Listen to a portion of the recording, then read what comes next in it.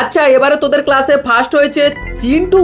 হ্যাঁ স্যার, এটা কি করে হলো? ও তো কোনোদিন পড়াই করে আসে না। আরে আমিও তো সেটাই ভাবছি, ও কি করে ফার্স্ট হলো? ও তো নিজের নামটা লিখতে গেলেও মিনিমাম 3-4 বার কলম ভেঙে ফেলে। স্যার আমার মনে হয় ও এবারে খুব মন দিয়ে পড়াশোনা না করে টুগলি করেই ফার্স্ট হয়েছে। স্যার টুকলি করে হয়তো পাস করা যায়, কিন্তু পরীক্ষায় ফার্স্ট হওয়া ইম্পসিবল।